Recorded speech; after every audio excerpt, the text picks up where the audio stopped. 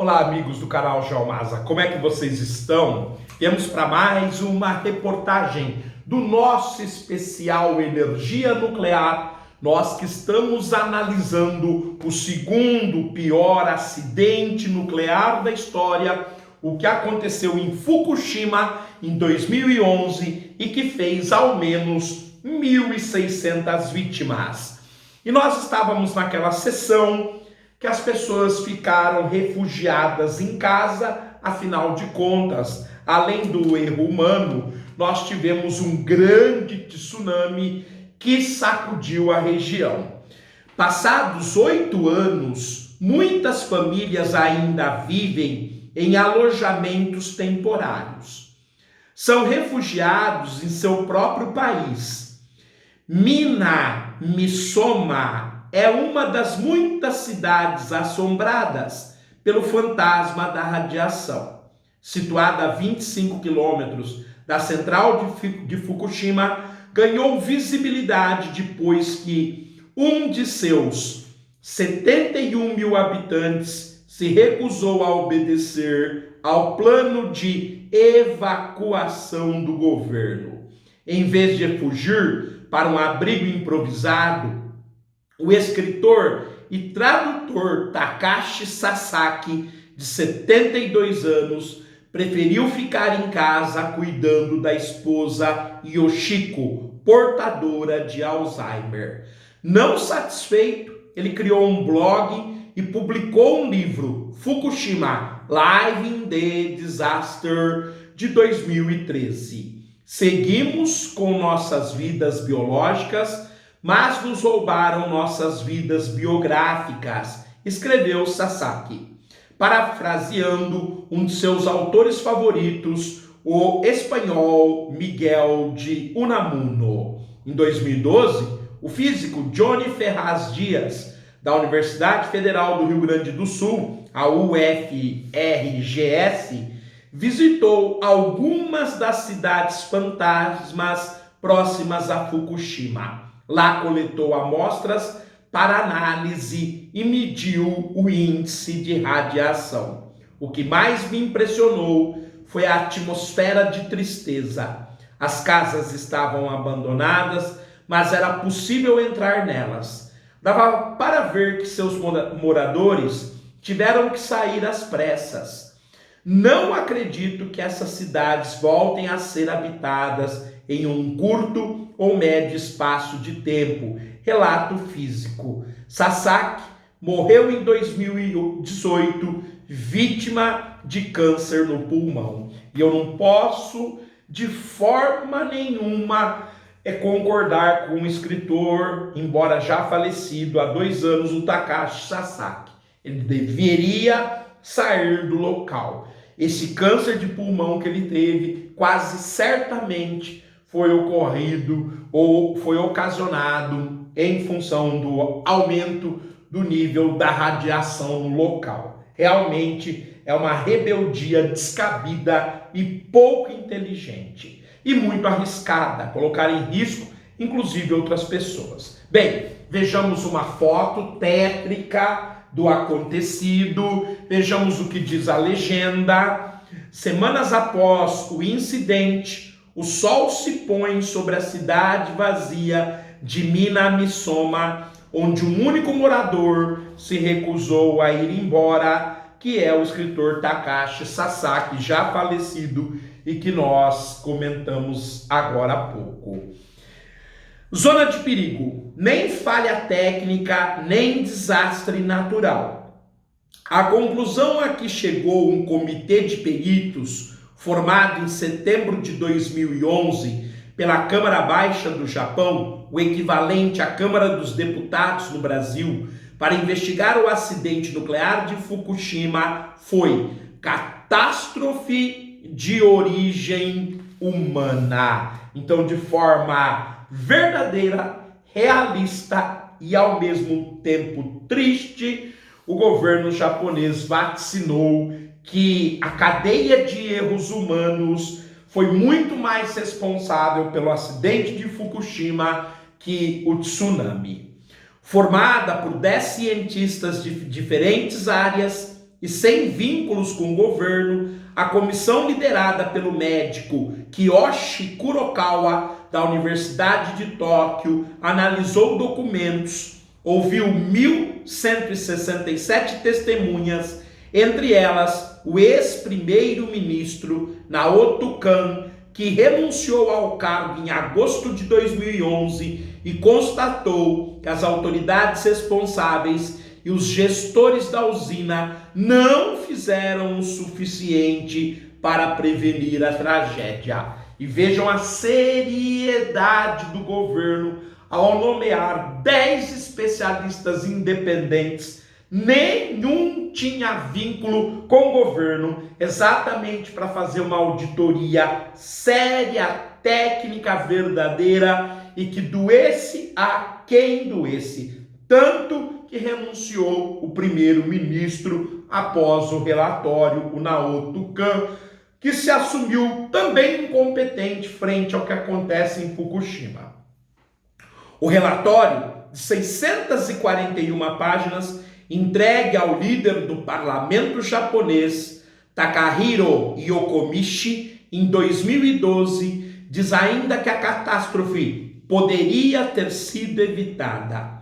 A empresa que operava Fukushima sabia desde 2006 do perigo de um apagão em caso de tsunami e da chance de danos aos reatores. Ora, gente, não precisa ser muito especialista em japonês para saber que o Japão está no meio de 4 placas tectônicas, elas são divergentes, cada um vai para o lado, o país afunda todo ano, toda hora ele está afundando, a cada ano o Japão afunda meio metro, ou seja, o país tende a desaparecer daqui a 190 mil anos e é inacreditável. Um país que tem 30 tremores de terra por dia, o país mais assolado por tsunamis na história do mundo, e não dá para acreditar colocar o reator nuclear no Japão. Esta que é a verdade,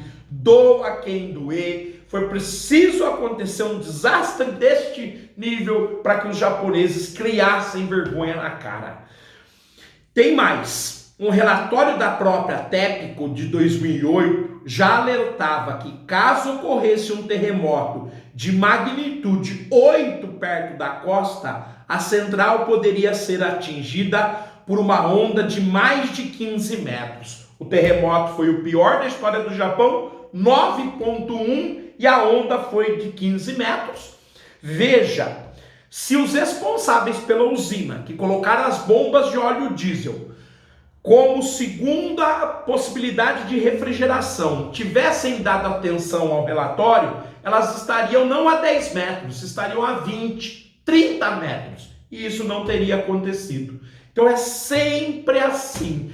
No fim das contas, o erro é sempre humano. Sempre. Mas a gente acaba não prestando atenção.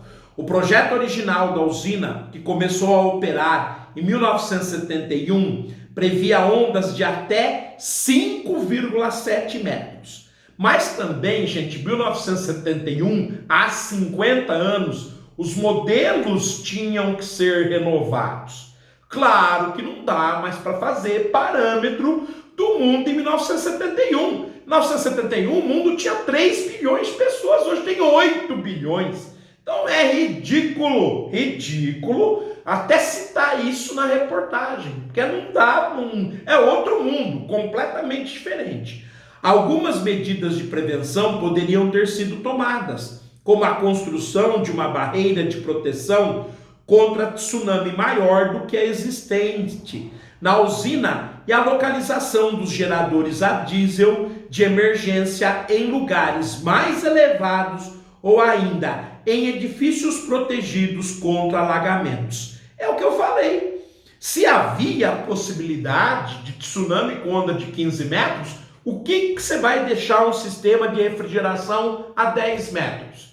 Se há possibilidade de acontecer terremotos de grau 8 no local e aconteceu de 9,1, o que você fica esperando para proteger? Fica esperando acontecer um desastre para depois proteger? Aí morreu quase 2.000 pessoas e aí tudo certo. Quem é o responsável? Quem paga? Quem indeniza as famílias? Aí que está o problema. Aponta Cláudia Almeida, da Associação Brasileira de Energia Nuclear, AAB. Em 2017, 3 ex-diretores da empresa, o então presidente Tsunehisa Katsumata, de 77 anos, e os ex-vice-presidentes Ichiro Takekuro, de 71, e Sakai Muto, de 67, foram a julgamento, acusados de morte de 44 pacientes de um hospital em Futaba, a 3 quilômetros da usina, que tiveram que evacuar a unidade às pressas por causa do risco de contaminação. Os 3, que se declararam inocentes, cumprem pena de 5 anos de prisão. Olha a vergonha! No Japão, se declararam inocentes e pior, né? Só 5 anos de prisão. É de se lamentar. Por isso que vai acontecer esses acidentes novamente, porque a justiça não foi rigorosa. Se eles mataram 44 pessoas, no mínimo a pena máxima do Japão. No mínimo, eles foram responsáveis. E se declarar inocente, isso não é coisa de japonês. O Japão está mudando. Não era assim há 20 anos.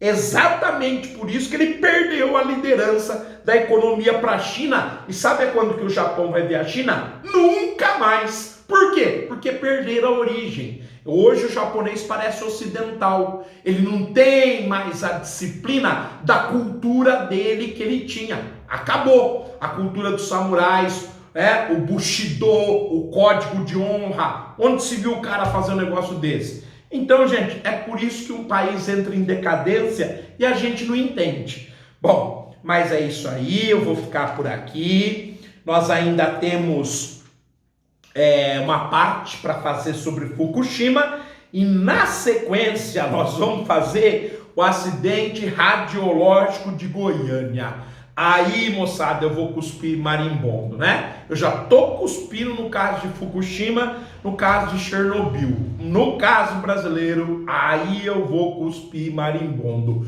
Porque só não voltou a ocorrer em janeiro de 2019 a mesma situação em Maceió, porque o rapaz que chegou até a clínica abandonada retirou a cápsula de dentro do colimador do aparelho de raio-x, mas desconfiou porque ele nunca tinha visto uma cápsula daquela.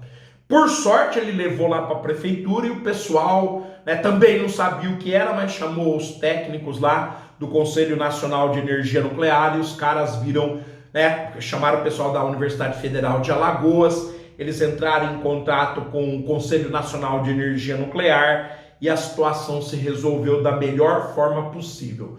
Mas se esse moço não tivesse bom senso, como aconteceu com o seu Devair do Ferro Velho lá em Goiás, se o moço não tivesse bom senso, exatamente o mesmo erro que aconteceu em 87 aconteceria em 2019. Então esse é um grande conselho. Você achou uma coisa que você não conhece? Velho, procura quem conheça, ou entrega para alguém que você acha que é uma autoridade superior a ele. E se você for uma autoridade superior e não conhecer, busca a universidade mais perto, porque ali, com certeza, as pessoas não vão fazer abobrinhas. Certo? Muito obrigado. Até a próxima e tudo de bom.